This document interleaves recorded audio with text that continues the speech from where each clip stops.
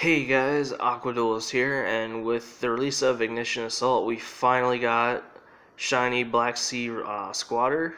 After like a year and a half of waiting for this card, we finally got it. Feels so right. Um, and we also got a couple of other cards that work pretty well with the deck overall out of Ignition Assault.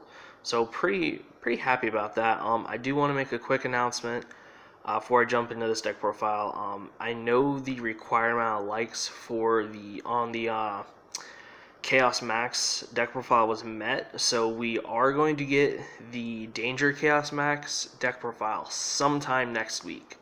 Um, hopefully on either Monday or Tuesday it should be up. I'm hoping. I just want to make sure that that particular variant is kind of like the best I feel like I can make it before I post it. I want to make sure that whatever I'm posting is actually just like I want it to be the best that I can make it. So without further ado, we're gonna go ahead. We're gonna jump into this deck profile. So here we go. Okay, so first of all, we are playing 3 copies of the new shiny Black Sea Squatter. I wish they kept the Ranger part instead of Squatter, but it's totally cool. Just happy we got it. And then 3 copies of Insect Knight still. It's the next best beat stick to shiny Black Sea Squatter over here. So yeah, that's all we are playing for the vanillas. I dropped the Neo Bug um, for shiny Sea over here. So next we are playing 3 copies of the best insect card in the deck. Gokipole, if he is sent to the graveyard just in any way, you can add a level 4 insect monster from deck to hand. And if it's a vanilla monster, you special summon it, and then you get to pop a card your opponent controls whose attack is greater than or equal to its attack, and it doesn't target, so that's really freaking good. So easily the best card of the deck here. Next up, we're playing 3 copies of the second best insect in the deck, and that's a Resonant Insect. So if he is sent from field to grave, you can add a level 5 or higher insect from deck to hand, and then if he's banished in the grave, he's a Foolish Burial. And they're not once per turn, so they are abusable. And then with those, I am also playing 3 copies of the Aztekipede, the Worm Warrior. So he's basically like a mini Doomdozer. You banish one insect monster from your graveyard to special summon him. So opening like these right here is just like a really great combo. He can't be normal or special except by his own effect, I believe. Yep. Or no, I'm sorry, normal or set. Next, we're playing 3 copies of Danger Mothman. He's basically like a Dark World Dealings. If you're like, you use the danger effects. If he's picked, he's a Dark World Dealings. But he's literally just here as like a draw engine, and he's an insect, so he does have synergy. Because we don't want to play Pod Desires. This is not a Pod Desires deck. And then for the last insect, we're playing 1 copy of Doomdozer. You banish 2, and he's a level 8 beat stick. Well, you banish 2 to summon him, but just a really nice big beat stick. Okay, so for the Kaiju engine, I'm playing 1 copy of Gamma Seal, 2 copies of the Kumungus, and then 1 copy of Gardala. Seen a couple different ratios for this. Some people do 2 Kumungus, 2 Gardalas, and then maybe 1 Gamma Seal, or some people just do two of these. I decided to try this ratio out, and I kind of like it actually. It's pretty decent. If Gardala ever gets a OTS Super reprint, because she's one of the only 2 that doesn't have one, I might consider dropping the Gamma Seal for another Gardala and play 2-2. Overall, I'm kind of liking this.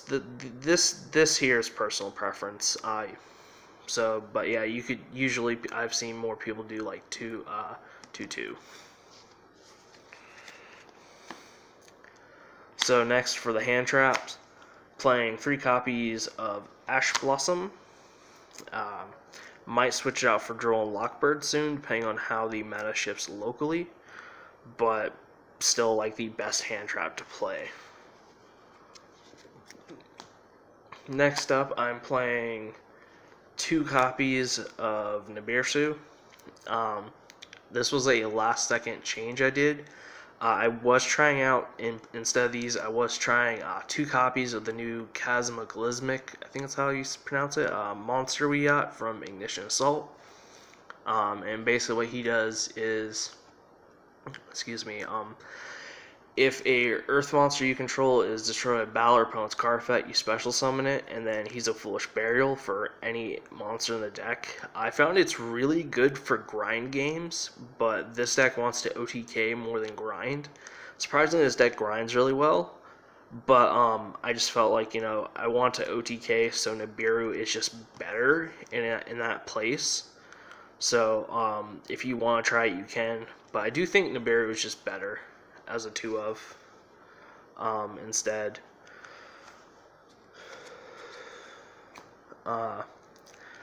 One copy of Down Wrestler Pankratops.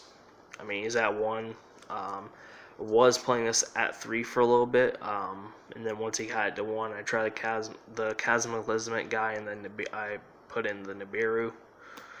That's it for monsters. Moving on to spells. Playing 3 copies of Giant Ballpark, the Heart and Soul of the deck. This card is awesome, it's insane, it's stupid.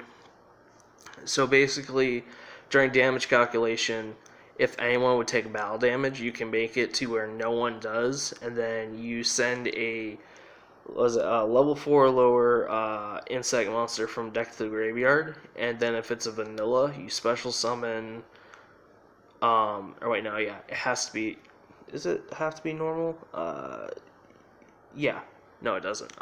So yeah, if you send a vanilla to the graveyard, you can special summon up to 3 copies from hand, deck, field, hand, deck, or graveyard. It's kind of funny because I've been playing this so long, and I still have a hard time explaining this card sometimes. And then it has a second effect.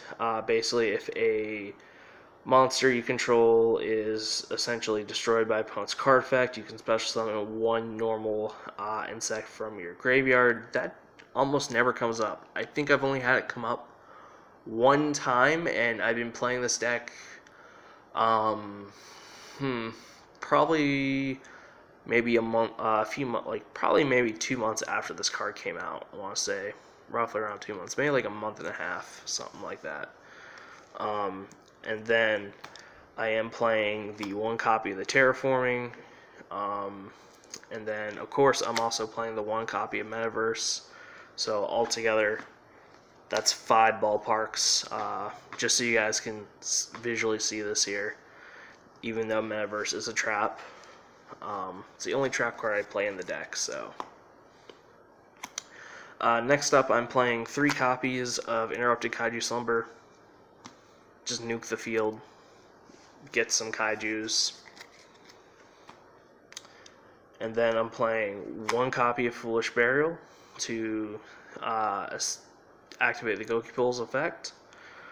1 copy of Gold Sark. It's like a second Foolish Burial. You banish the Resonant Insect, and then you are able to send Goki Pull to the graveyard.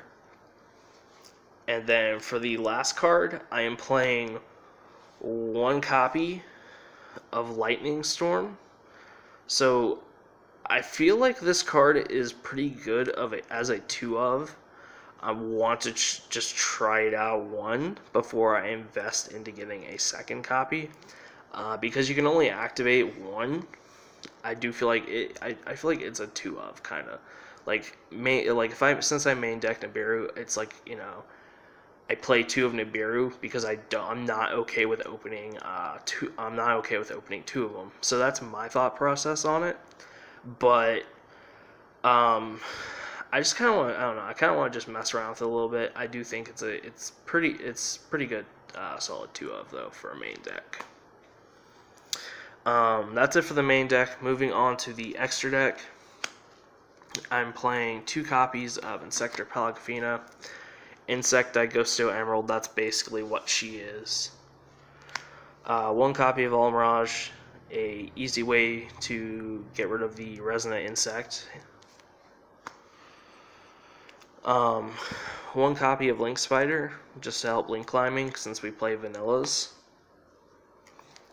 Playing the Nightmare package, the 1 Nightmare Cerberus, 1 Nightmare Phoenix, and then 1 Nightmare Unicorn, just to out some monsters in back row that I'm struggling against, or I just have a hard time getting over. 1 copy of BLS Soldier Chaos, because we can make it and it's really good. 1 copy of Run Over Any Monster that my opponent controls. 1 copy of Topologic Trisbania to out back row, and I feel like this card's going to be so much better now, since we're probably going to end up going into a more of like a control format, kinda. Even though with like spirals running around, I do feel like we're going to be playing a lot more control decks, even though they might not be as dominant with the meta. I do feel like we're gonna see a lot. 1 copy of the new Light Dragon at Ignister. He's really generic. So essentially, it's what he is he's a non-targeting removal. Like, he just destroy an opponent's monster, doesn't target, like Goki Pull. And then he has a second effect, probably not going to come up much, but if a Cyberus monster you control inflicts battle damage to your opponent, you can special summon 1 Link monster from your graveyard. We do actually play, like, I think these are the only 2 Cyberus monsters right here, and they're kind of like our boss monsters, but it is kind of interesting, a little interesting effect I wanted to point out. 1 copy of Gallant Granite to search the Nibiru. A lot of people don't think that's really that great, but going first, if you do search Nibiru, your opponent knows you have Nibiru in hand, so they're most of the time not going to make as crazy of a board. So it does help you more than people think. 1 copy of Abyss Dweller, no graveyard crap. 1 copy of Baguska, just to stall for 2 turns if needed. Never had to make it once though yet. And then 1 copy of Tornado Dragon for back row. And might as well go into the side deck. So for the side deck, I'm playing 1 copy of Red Reboot, 3 copies of Dimensional Bear, because I don't like pendulums. We are playing the Artifact Engine, 3 Sanctums, 1 Scythe, because it's like a just really good going first option. No one really expects it.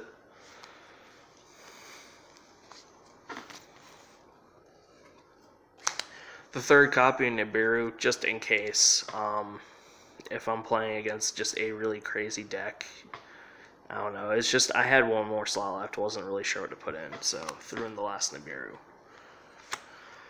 3 copies of Denko Rekka. We don't like back row, and we actually don't really have much normal summon targets in this deck. Like, the card we really want to normal summon is Resonant Insect and maybe Goki Pull if we drop it, or if we draw it. And then 3 copies of Twin Twister, decent little synergy with Goki Pull. And that's it for the deck. Hope you guys enjoyed it. If you guys like this video, or if you guys like the video, give it a like. If you guys have any comments, go ahead and drop a comment, and subscribe if you want to see more content on this channel.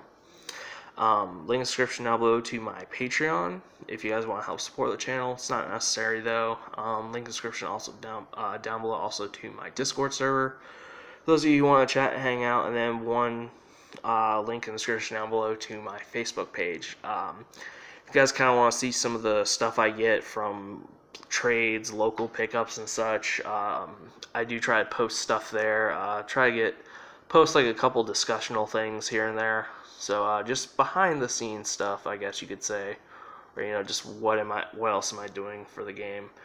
So thank you guys for watching, and hope y'all watch more of my videos.